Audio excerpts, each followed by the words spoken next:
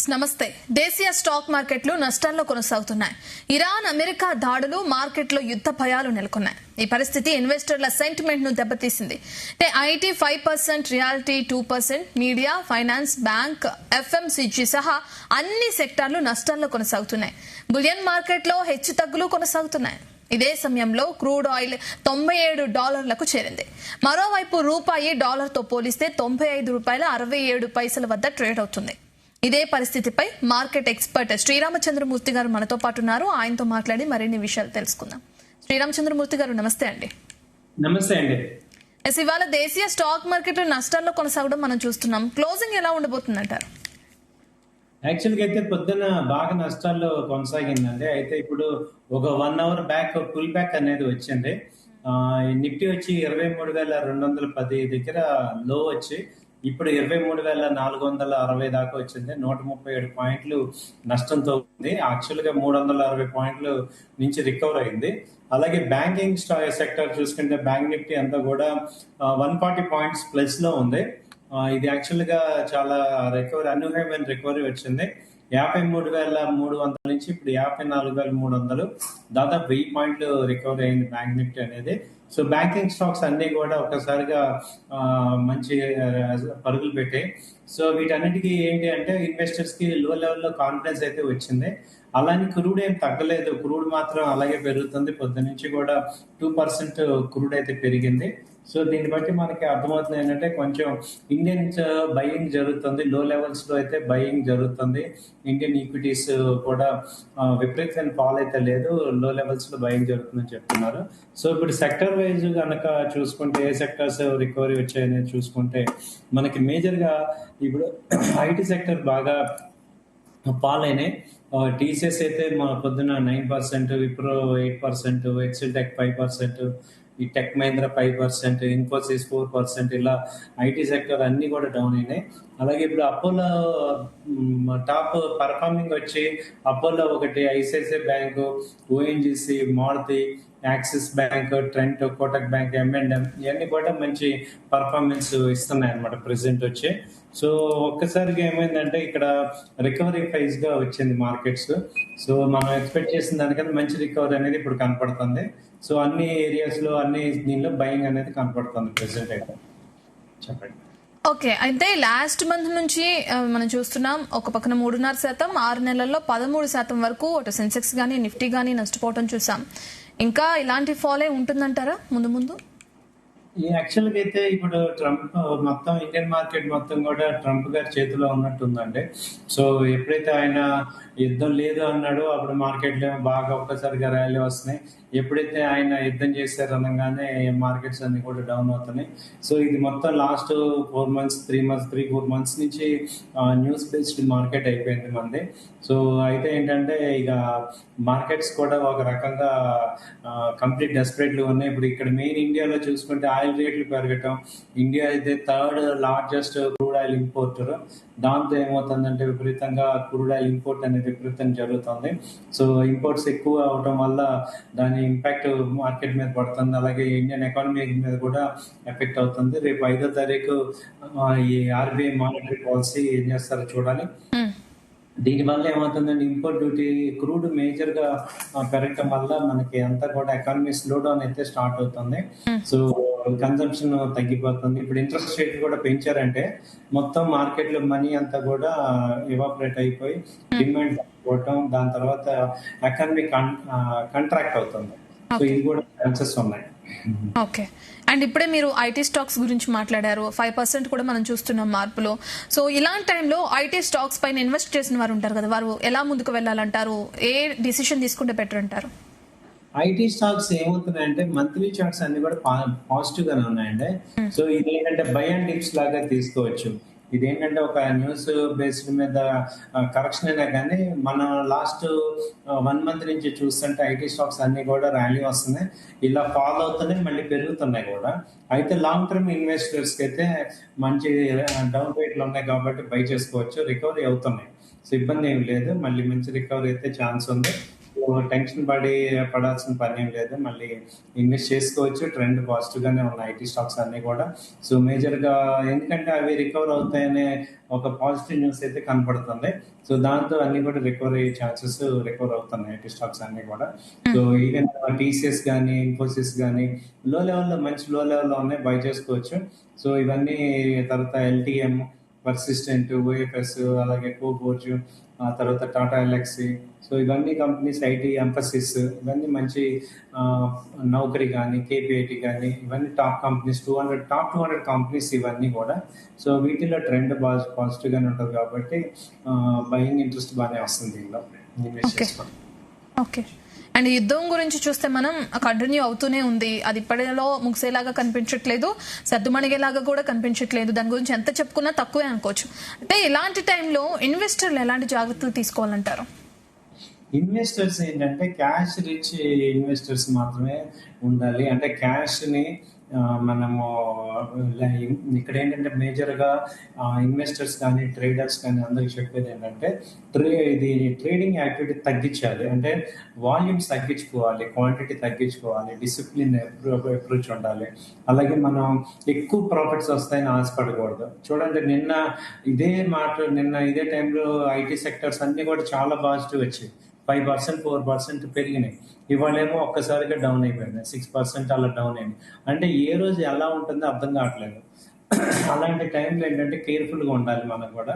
So దీని ఏంటంటే మనకి మంచి కేర్ఫుల్ గా ఉండి ఒక సిస్టమేటిక్ గా డిసిప్లిన్ గా మనం ట్రేడ్ చేసుకోవటం అనేది చాలా ఇంపార్టెంట్. లాంగ్ టర్మ్ ఇన్వెస్టర్స్ కి అయితే మీరు ఏంటంటే హెవీగా ఫాల్ అయిపోయిందని టెన్షన్ పడాల్సిన అవసరం లేదు. రిలాక్స్ గా మనకి మనీ ఉంటే యాడ్ చేసుకోండి, లేదంటే వెయిట్ చేయండి. సో ట్రెండ్ అదే వస్తుందని చూస్తున్నాం. ఓకే. ఇలాంటి టైంలో అంటే ప్రస్తుతం పెట్టుబడులకి అనుకూలంగా ఉన్న సెక్టార్స్ ఏమి? ఇన్వెస్టర్ల గురించి మనం మాట్లాడాం కాబట్టి ఏ సెక్టార్ని చూస్ చేసుకోవడం మంచిదంటారు? ఇన్వెస్టర్స్ కి అయితే ఇప్పుడు మంచి సెక్టార్స్ అయితే ఏంటంటే ఈ ఐటీ సెక్టర్ బాగానే ఉంది. అలాగే బ్యాంకింగ్ సెక్టర్ లో మేజర్ గా చూసుకుంటే ఇండియన్ బ్యాంక్ బట్టి మంచి పర్ఫార్మెన్స్ ఇస్తుంది. ఇది 8,000 నుంచి 820 అలా వచ్చింది. అది బాగానే ఉంది. అలాగే యాక్సిస్ బ్యాంక్ అని, ఐసిఐసిఐ బ్యాంకు అండ్ హెచ్డిఎఫ్సి కూడా బాగుంది, కానీ బాగా స్లోగా ఉంది. బ్యాంకింగ్ సెక్టర్ బాగా చేసుకోవచ్చు. ఆ తర్వాత ఫైనాన్స్ సెక్టర్ లో మేజర్ గా శ్రీరామ్ ఫైనాన్స్ కానీ, చోళమండలం ఫైనాన్స్, బజాజ్ ఫిన్సర్వ్, ఇవన్నీ టాప్ కంపెనీస్ అన్ని కూడా మంచి తక్కువ రేట్లో ఉన్నాయి. అలాగే ఫార్మా సెక్టర్స్ తీసుకుంటే ఫార్మాలో అయితే బాగా తక్కువలో ఉంది. డాక్టర్ రెడ్డి తగ్గింది. అలాగే టొరెంట్ ఫార్మా, డివిస్ ల్యాబ్, ఇవన్నీ కూడా బాగా, లూపిన్, ఆల్కెమ్, గ్లెన్మార్క్, ఇవన్నీ బాగున్నాయి.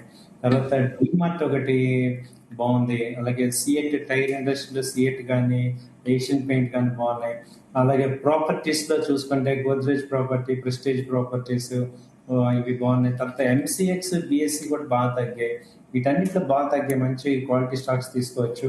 అలాగే ఇప్పుడు డిఫెన్స్ స్టాక్స్ లో బీడిఎల్ కానీ, బిహెచ్ఎల్ కానీ, హాల్ కానీ, ఇవన్నీ కూడా బాగానే తగ్గుతున్నాయి అనమాట. వీటిలో ఇలాంటి మంచి ఇప్పుడు ఏంటంటే ఒక మంచి పోర్ట్ఫోలియో జనరేట్ చేసుకోవడానికి టైం ఇది. సో టైం తీసుకోవచ్చు. ఓకే. Q4 రిజల్ట్స్ కూడా చూస్తున్నాం. చాలా కంపెనీలు మంచి నెంబర్స్ ను కూడా విడుదల చేస్తున్నాయి. అంటే ఇప్పుడు మంచి స్టాక్స్ ని పిక్ చేసుకోవాలనుకునే వారు ఎలాంటి స్టాక్స్ మీద ఫోకస్ చేయొచ్చు అంటారు? ఇప్పుడు ఏంటంటే మంచి పోర్ట్ఫోలియో బిల్డ్ చేసుకోవచ్చు. వాటిల్లో ఏంటంటే ఆటోమొబైల్, 2 వీలర్, 4 వీలర్ పెట్టుకోవచ్చు. 2 వీలర్స్ తర్వాత వచ్చి 2 వీలర్స్ లో చూసుకుంటే ఇప్పుడు ఎలక్ట్రికల్ వెహికల్స్ ఫేస్ కూడా ఇప్పుడు బాగుంది. కాబట్టి ఎలక్ట్రికల్ వెహికల్స్ లో ఇతర్ కానీ, తర్వాత టీవీఎస్ మోటార్, హీరో మోటార్, ఇవన్నీ కూడా ఎలక్ట్రికల్ వెహికల్ కూడా ఉన్నాయి. వాటిని చూస్ చేసుకోవచ్చు.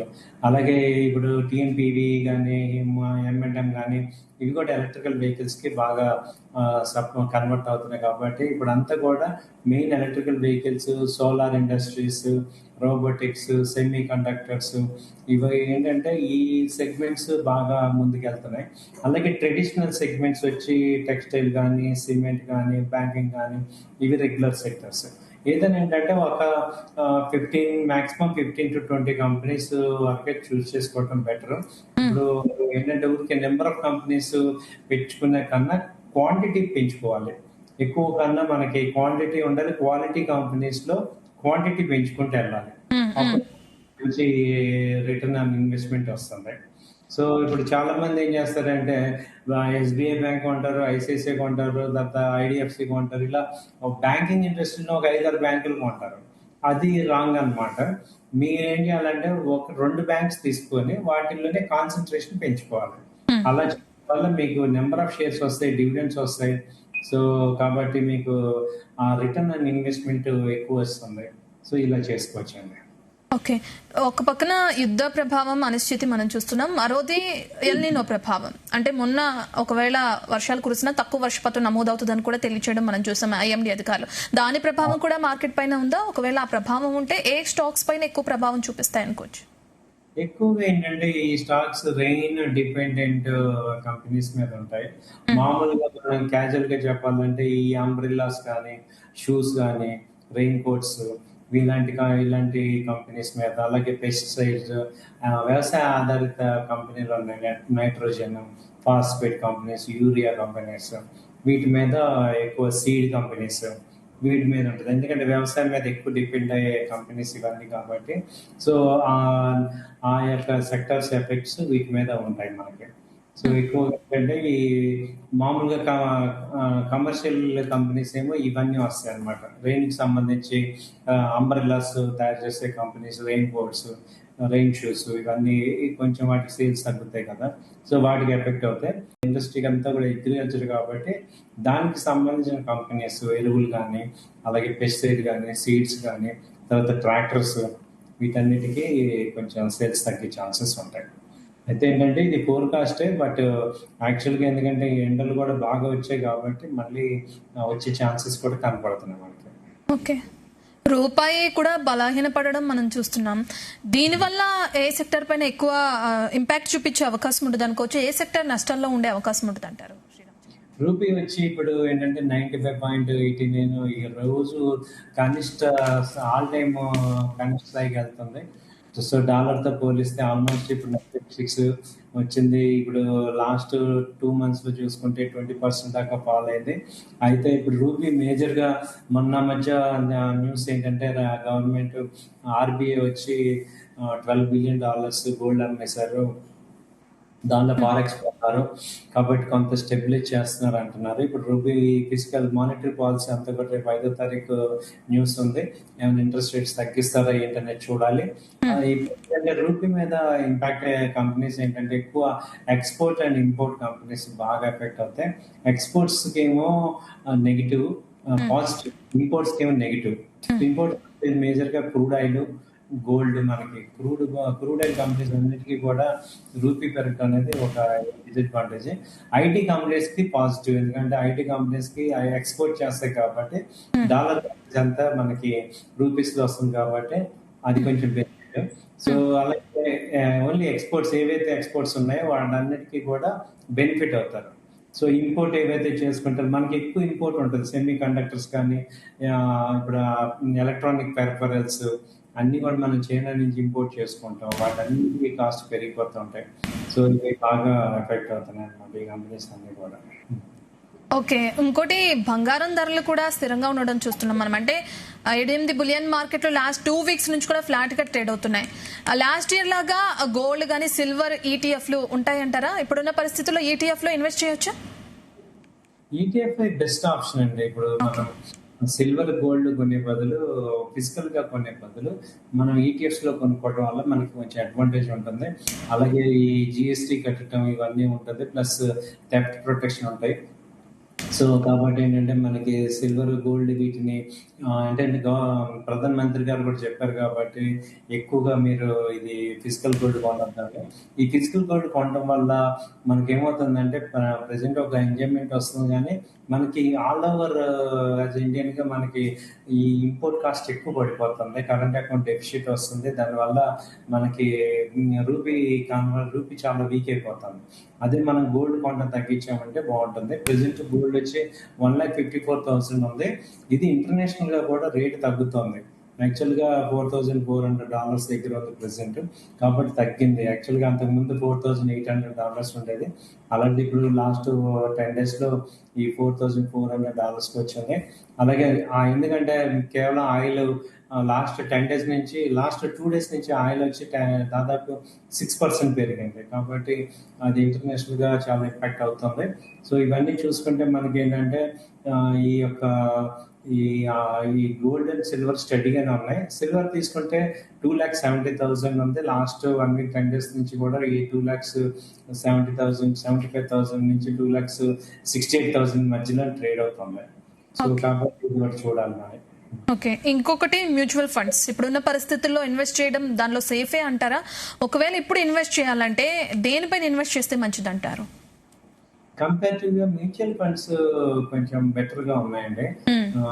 దేనికంటే ఇప్పుడు మ్యూచువల్ ఫండ్స్ మనకి ఎలా ఉందంటే, మ్యూచువల్ ఫండ్స్ ఇన్వెస్ట్మెంట్స్ ఈ టెన్షన్ ఉండదు. ఇన్వెస్ట్ చేసే వాళ్ళకి డైలీ ఈ మార్కెట్ చూసుకోవటం, ఇది పెరగటం తగ్గటం ఈ ఉండవు. కాబట్టి మ్యూచువల్ ఫండ్స్ లో మనకి టెన్షన్ ఉండదు. ఎందుకంటే మనకి ఏంటంటే రెగ్యులర్ గా ట్రేడ్ అది రూపీ కాంపౌండింగ్ అవుతూ ఉంటుంది. ఎస్ఐపిస్ ఎవరన్నా కట్టుకోవాలి అంటే మ్యూచువల్ ఫండ్ ఇప్పుడు బెస్ట్ గా ఉంది. సో ఇంకోటి ఏంటంటే మ్యూచువల్ ఫండ్స్ లో లాంగ్ టర్మ్ లో వెల్త్ బిల్డప్ అవుతూ ఉంటుంది. సో మ్యూచువల్ ఫండ్ అనేది చాలా చాలా అవసరం లాగా చెప్పచ్చు. వాళ్ళ వెల్త్ తెలియకుండా ఇప్పుడు ఇలాంటి గ్లోబల్ అన్సర్టనిటీ వచ్చినప్పుడు కొంత డౌన్ అయినా కానీ మళ్ళీ రికవరీ వచ్చేది దానిలోనే ఎక్కువ వస్తుంది అనమాట. సో అప్పుడు ఏమవుతుందంటే మ్యూచువల్ ఫండ్స్ మనకి ఓవరాల్ గా బెనిఫిట్ అవుతూ ఉంటాయి. సో ఇప్పుడు ఒక 5 years అయితే మ్యూచువల్ ఫండ్ ఇప్పుడు కూడా లాంగ్ టర్మ్ లో ఉండాలి. అంటే ఇప్పుడు ఏదో 1 year 1 day అలా కుదరదు. లాంగ్ టర్మ్ ఇన్వెస్ట్మెంట్ చేసుకోవడం అనేది బెటర్ అనమాట mutual funds. So long term లో అంటే ఒక 5 years నుంచి 7 years చేసుకుంటే మీకు రూపీ కాంపౌండింగ్ అవుతూ ఉంటది. సో కాబట్టి మ్యూచువల్ ఫండ్స్ అనేవి దానిలో ఇంకోటి ఏంటంటే 2 రకాలు చూసుకుంటే mutual funds debt mutual funds ఉన్నాయి, అలాగే ఇప్పుడు ఈక్విటీ లింక్ కూడా ఉన్నాయి. సో ఒక్కొక్కసారి మార్కెట్ ఇలాంటి వాలటిలిటీ ఉన్నప్పుడు డెట్ మ్యూచువల్ ఫండ్ కూడా మనం కొంత అమౌంట్ ట్రాన్స్ఫర్ చేసుకోవచ్చు. అప్పుడు ఏంటంటే మీకు ఫిక్స్డ్ ఇన్కమ్ వస్తూ ఉంటుంది 8% 9% అలా. సో అలా డెట్ మ్యూచువల్ ఫండ్స్ పెట్టుకోవటం, మాకు ఏంటంటే గవర్నమెంట్ సెక్యూరిటీస్ లో ఇన్వెస్ట్ చేస్తారు వాళ్ళు. కాబట్టి ఏంటంటే మనకి కొంత అమౌంట్ అనేది ఇప్పుడు ఈ మార్కెట్స్ లో లాస్ అవ్వకుండా, హెవీ లాసెస్ ఉన్న అంటే ఎక్కువ లార్జ్ అమౌంట్ మ్యూచువల్ ఫండ్ లో ఉంటే కొంత స్విచ్ ఓవర్ చేయొచ్చు డెట్ మ్యూచువల్ ఫండ్ చేసి, మార్కెట్స్ ఎప్పుడైతే మళ్ళీ ర్యాలీ వస్తాయో అప్పుడు మళ్ళీ ఇటు ఈక్విటీకి మార్చుకోవచ్చు అండి. సో అలా మ్యూచువల్ ఫండ్స్ ఏంటంటే కొంచెం అడ్వాంటేజ్ ఉంటుంది, దానిలో సేఫ్టీ కూడా ఉంటుంది, తర్వాత రిస్క్ తగ్గించుకోవచ్చు. సో అలా చేసుకోవచ్చు. ఓకే, అండ్ కొత్తగా స్టాక్ మార్కెట్ లోకి వచ్చే వాళ్ళు ఉంటారు, వాళ్ళకి మీరు ఇచ్చే సలహా ఏంటి? కొత్తగా వచ్చే వాళ్ళు రండి, హ్యాపీగా మంచి రేట్ ఇది, మంచి టైము.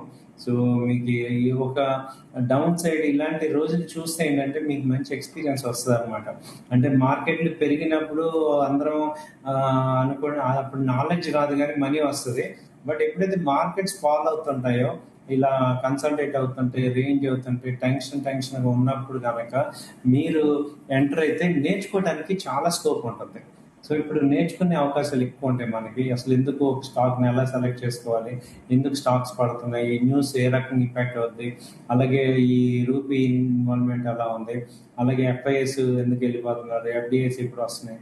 సో ఇవన్నిటిని మనకు ఒక గ్రౌండ్ రియాలిటీలో మనకి కొంచెం చూసుకుంటే మంచి నాలెడ్జ్ వస్తుంది. నాలెడ్జ్ వల్ల ఏమవుతుందంటే ఏది రైట్ ఏది రాంగ్ అనేది డెసిషన్ తీసుకుంటాం. కాబట్టి ఏంటంటే మనకి మ్యూచువల్ ఫండ్స్ ఇప్పుడు కొత్తగా వచ్చే వాళ్ళకి ఇదంతా కూడా మంచి అవకాశం లాగా తీసుకోవచ్చు. ఆల్రెడీ ఉన్న ఇన్వెస్టర్లు మార్కెట్ ఇలా ఫ్లాట్ గా నడుస్తున్నప్పుడు లేదంటే నష్టాల్లో కొనసాగుతున్నప్పుడు కొన్ని మిస్టేక్స్ చేస్తూ ఉంటారు. అలాంటి వాళ్ళకి మీరు ఎలాంటి సలహాలు ఇస్తారు? మిస్టేక్స్ కామన్ గా జరుగుతుంటాయండి, వాటిని మిస్టేక్స్ అనకూడదు. It's a part of the trading కానీ ఇన్వెస్ట్మెంట్ కానీ అంటాం. ఎందుకంటే ఇప్పుడు డెసిషన్స్ తీసుకోవాలి మనం. ఇప్పుడు ఈ మార్కెట్ డెసిషన్స్ ఏమవుతాయంటే ఇవాళ ఉన్న డెసిషన్ రేపు ఇంకో రకంగా ఉంటుంది రిజల్ట్, ఎల్లుండి ఇంకొక పరిస్థితులు అన్ని మారిపోతూ ఉంటాయి. దానివల్ల ఏంటంటే మనం ఏదో మిస్టేక్ అయిపోయామని సెల్ఫ్ పిటి, మనం రాంగ్ అనే ఒక ఫీలింగ్, అలాగే మనం ఏదో రైట్ అవ్వగానే మనం చాలా గొప్ప వాళ్ళం అయిపోయామని కానీ, లేదు మనం డబ్బులు పోగానే మనం ఏదో చేతకాని వాళ్ళం అయిపోయామని కానీ, ఈ 2 ఫీలింగ్స్ వదిలేయాలన్నమాట. ఇది మార్కెట్ లో ఏమవుతుందంటే అది మనకి ఒక్కోసారి ఫర్గా ఉండొచ్చు, ఒక్కోసారి ఎగనెస్ట్ గా ఉండొచ్చు. సో ఫర్గా ఉన్నప్పుడు ఇక్కడ మనం చూసుకోవాల్సింది ఏంటంటే మనకి ఫర్గా ఉన్నప్పుడు ఎంత సంపాదించాం, మనకి యాంటీగా ఉన్నప్పుడు ఎంత తక్కువలో పోగొట్టుకున్నాం. ఈ రెండే మనం చూసుకోవాలన్నమాట. ఇప్పుడు మార్కెట్స్ లో ఏది రైట్ ఉండదు, ఏది రాంగ్ ఉండదు. ఇట్స్ కాంబినేషన్ ఆఫ్ ఒక ప్రిడిక్షన్ అన్నమాట. So okay. లాంగ్ టర్మ్ లో ఇదంతా కూడా డిస్కౌంట్ అవుతుంది. కాబట్టి ఏంటంటే ట్రేడర్స్ కానీ ఇన్వెస్టర్స్ కానీ ఏం చేయాలంటే కంప్లీట్ గా ట్రేడర్ అయినా డబ్బులు రావు, కంప్లీట్ ఇన్వెస్ట్మెంట్ చేస్తానన్నా కూడా కరెక్ట్ కాదు. సో కొంత అమౌంట్ ఇన్వెస్ట్ చేసుకోవాలి, కొంత అమౌంట్ ట్రేడ్ చేసుకోవాలి. ఓకే. అలా చేసుకుంటేనే రెండు రకాలుగా బెనిఫిట్ అవుతాం. ఉమ్. ఇప్పుడున్న పరిస్థితుల్లో ఎలాంటి స్టాక్స్ పిక్ చేసుకోవచ్చు అంటారు? స్టాక్ పికింగ్ ఏంటంటే ఇప్పుడున్న పరిస్థితులు అయితే కంపల్సరీగా మనం top 200 companies, Nifty top 200 companies invest చేసుకోవడం బెస్ట్ అండి. ఉమ్. ఎందుకంటే ఇప్పుడు మనకి చిన్న companies, mid cap, small cap companies ఏమవుతున్నాయంటే అంత వోల్టైలిటీ ఎక్కువైపోయి రికవరీ ఫేజ్ లో కొంచెం కష్టంగా ఉంది. కాబట్టి మన పోర్ట్ఫోలియోలో 70% దాకా లార్జ్ క్యాప్ పెట్టుకోవటమే బెస్ట్ అన్నమాట. ఎందుకంటే అది తగ్గినా మళ్ళీ అవే రికవరీ అవుతున్నాయి. అదే స్మాల్ క్యాప్, మిడ్ క్యాప్ అనుకోండి చాలా డౌన్ అవుతున్నాయి, అవి ఇబ్బంది అవుతుంది. ఉమ్. కాబట్టి కొంత లార్జ్ క్యాప్ లో ఇన్వెస్ట్ చేసుకోవటం అనేది బెస్ట్ ఆప్షన్ అనిపిస్తుంది. Okay. And long term investor గురించి మాట్లాడితే ఈ టైంలో ఏం చేస్తే బెటర్ అంటారు? లాంగ్ టర్మ్ ఇన్వెస్టర్స్ కి ఏంటంటే సజెషన్ అట్లీస్ట్ 60% అన్నా మీరు లార్జ్ క్యాప్ లో పెట్టుకొని, సో ఇప్పుడు అవే తగ్గిన కొద్దీ మళ్ళీ మంచిగా యాడ్ చేసుకోవచ్చు. మీ దగ్గర మనీ ఉంటే యాడ్ చేసుకోవటం ద్వారా మీకు ఏంటంటే రూపీ కాస్టింగ్ వస్తుంది. అలాగే మనకి ఆ, ఈ యొక్క మార్కెట్ అన్సర్టనిటీస్ ని మీరు పెద్దగా ఆలోచించి టెన్షన్ పడాల్సిన అవసరం లేదు. అంటే మినిమం ఒక 3 years 4 years నేను ఇన్వెస్ట్ చేస్తాను అనే వాళ్ళని లాంగ్ టర్మ్ అంటాం. సో అలాంటి ఇన్వెస్టర్స్ కి ఈ షార్ట్ టర్మ్ టెన్షన్స్ గురించి పెద్దగా వర్రీ అవ్వాల్సిన అవసరం లేదు. ఎందుకంటే మార్కెట్స్ ప్రతిసారి కూడా మళ్ళీ ఎంత తగ్గినా మళ్ళీ బౌన్స్ బ్యాక్ అవుతూనే ఉంటాయి. కాబట్టి అది మార్కెట్ నేచర్. అలాగే పెరిగిన ప్రతి స్టాక్ కిందకి డౌన్ అవుతూనే ఉంటుంది, అలాగే తగ్గింది మళ్ళీ పెరుగుతూ ఉంటుంది. ఇది ఒక కామన్ ఫినామినా మార్కెట్ లో. కాబట్టి ఏంటంటే మనము ఈ మార్కెట్స్ లో లాంగ్ టర్మ్ ఇన్వెస్ట్మెంట్ చేయడం ద్వారానే గెలుస్తాం అనమాట, సంపాదించుకోగలం. అది అర్థం చేసుకున్న వాళ్ళు ఎవరు కూడా టెన్షన్ పడాల్సిన అవసరం లేదు మార్కెట్ అప్ అండ్ డౌన్స్ కి. సో టెన్షన్ పడకుండా మనం రిలాక్స్ గా చేసుకోవచ్చు. ఉమ్. ఇండియా అమెరికా మధ్య ఇప్పటికే వాణిజ్య చర్చలు మొదలవటం మనం చూస్తున్నాం. అయితే 4 రోజుల పాటు జరగనున్నాయి. ఈ చర్చల ద్వారా మనం ఏం ఎక్స్పెక్ట్ చేయొచ్చు అంటారు? ఇండియన్ మార్కెట్స్ పరంగా ఎలాంటి ఇంపాక్ట్ ఉంటుంది అంటారు ఈ చర్చల వల్ల? సో యాక్చువల్గా ఏంటంటే మార్కెట్స్ ఇదైతే చర్చలు ఫలప్రదం అవ్వాలని కోరుకుంటాం, కానీ ఆ, గత జరుగుతున్న ఇష్యూస్ దృష్ట్యా కూడా వాళ్ళ అమెరికా యొక్క మాట కానీ అమెరికా యొక్క వాళ్ళు చెప్పింది ఒకటి చేసేది ఒకటి అన్నట్టు ఉంది. ఎక్కడ కూడా ఇండియన్స్ కి పాజిటివ్ ఇచ్చేటట్టు ఎక్కడ కనపట్లేదు. ఇవి జరుగుతున్నాయి కానీ ఎక్కడ కూడా కొలికి వస్తాయని అయితే నమ్మకాలు తగ్గుతున్నాయి. ఎందుకంటే అమెరికా ఇప్పుడంతా కూడా అగ్రెసివ్ గా ఉంది. వాళ్ళు ఎక్కడ కూడా ఎవరు అమెరికా ఫస్ట్ అనే నినాదంతోనే వాళ్ళు ముందుకెళ్ళి మిగతా అన్ని కంట్రీస్ ని కూడా ఇబ్బంది పెడుతున్నారు. సో కాబట్టి ఏంటంటే ఇది ఎలా ఎంతవరకు పర్ఫెక్ట్ అవుతాయి అనేది వేచి చూడాలి. సో బాగుండాలని కోరుకుంటాం, బట్ ఎలా అవుతుంది ఏంటి అనేది చూడాలన్నమాట. సో దాని యొక్క డేటాను బట్టి ఇప్పుడు ఆర్బీఐ రిపోర్ట్ ఉంది, మళ్ళీ రేట్ కట్ చేస్తారా, రేట్లు పెంచుతారా అనేది కూడా రేపు రాబోయే 2-3 రోజులు చాలా కీలకం అన్నమాట ఇండియన్ మార్కెట్కి. సో దాన్ని బట్టి మనకి డెసిషన్స్ అవుతూ ఉంటాయి. ఓకే. వరల్డ్ మార్కెట్స్ బాగున్నా మన ఇండియన్ ఈక్విటీ మార్కెట్స్ ఇంకా సెల్లింగ్ లోనే కొనసాగుతున్నాయి. మన ఇండియన్ మార్కెట్ ఎప్పుడు తిరిగి పొంచిన అవకాశం ఉంటుందంటే? ఇండియన్ మార్కెట్స్ ఒకటేనండి. ఇది మనకి మేజర్ గా ఆయిల్ ప్రొడ్యూసింగ్ కంట్రీ, మన ఇంపోర్టింగ్ కంట్రీ. ఆయిల్ కనుక ఫ్రీ అయితే మాత్రం ఆయిల్ రేట్లు బాగా పెరిగిపోయినాయి. ఎప్పుడైతే మళ్ళీ $70 అలా వస్తుందో అప్పుడు ఎకానమీ పుంజుకుంటుంది. మన ఒక్కళ్ళమే కాదు, చాలా కంట్రీస్ కూడా ఆయిల్ డిపెండ్ అయ్యే కంట్రీస్ అన్ని కూడా ఇబ్బంది పడుతున్నాయి. సో వీటి నుంచి బయటపడితే కానీ మనకి ఒక పరిష్కారం దొరకదు. సో కాబట్టి ఏంటంటే అప్పటిదాకా కొంచెం ఈ మార్కెట్స్ కూడా ఒడిదుడుకులు వస్తున్నాయి. లాస్ట్ 2 years నుంచి కూడా మన మార్కెట్స్ అన్ని కూడా బాగా ఒడిదుడుకులుగా ఉన్నాయి. ఎందుకంటే ఈ ట్రేడ్ బ్యాలెన్స్ ఇప్పుడు ఒక పక్క ఐటీ కంపెనీ చూసుకుంటే ఈ ఆంథ్రపిక్ వీటితో ఏఐతో బాగా ఎఫెక్ట్ అవుతున్నాయి. ఏ సెక్టర్స్ చూసుకున్న లీడింగ్ సెక్టర్స్ లేవు మనకి. అలాగే గ్లోబల్ డామినేట్ చేసే మ్యానుఫ్యాక్చరింగ్ కంపెనీస్ కానీ గ్లోబల్ గా డామినేట్ చేసే కంపెనీస్ కూడా మన దగ్గర తక్కువ ఉన్నాయి. సో వీటన్నిటిని చూస్తే ఏంటంటే మార్కెట్స్ లో జరుగుతుంది ఏంటంటే ఒక రకమైన కన్సల్టేషన్ ఉంది. కొంచెం కంపెనీస్ యొక్క పర్ఫార్మెన్స్ బాగా రావాలి, ఫండమెంటల్ గా కంపెనీస్ యొక్క ప్రాఫిట్స్ బాగా ఉండాలి, అప్పుడే మనకి రిటర్న్ మంచిగా వచ్చే ఛాన్సెస్ ఉన్నాయి. కాబట్టి కొంచెం టైం పట్టేటట్టు ఉంది ఇది. ఓకే, చివరిగా రేపు స్టాక్ మార్కెట్స్ ఎలా ఉండబోతున్నాయి అంటారు? రేపు కూడా ఇలాగే రేంజ్ మార్కెట్ ఎక్స్పెక్ట్ చేయొచ్చు అండి. ఇది బ్రాడ్ ఏంటంటే నిఫ్టీ 23,700 నుంచి 23,200 మధ్యలో ఉంది. సో 200-300 పాయింట్స్ చాలా నార్మల్ గా అప్ అండ్ డౌన్ అవుతున్నాయి. క్రూడ్ అయితే పెరుగుతుంది కాబట్టి రేపు కూడా ఇలాగే ఉంటే మళ్ళీ మార్కెట్స్ డౌన్ అయ్యే ఛాన్స్ ఉంది. 23,200 మేజర్ సపోర్ట్, అలాగే 23,700 మేజర్ రెసిస్టెన్స్. ఈ మధ్యలోనే జోన్ లో మూవ్ అవుతున్నాయండి. సో చూడండి. ఓకే, థ్యాంక్ యూ శ్రీరామచంద్రమూర్తి గారు, మార్కెట్ పైన మీ విశ్లేషణ అందించినందుకు. సో ఇప్పటి వరకున్న డీటెయిల్స్ ఇవి. Keep watching Zee Telugu news.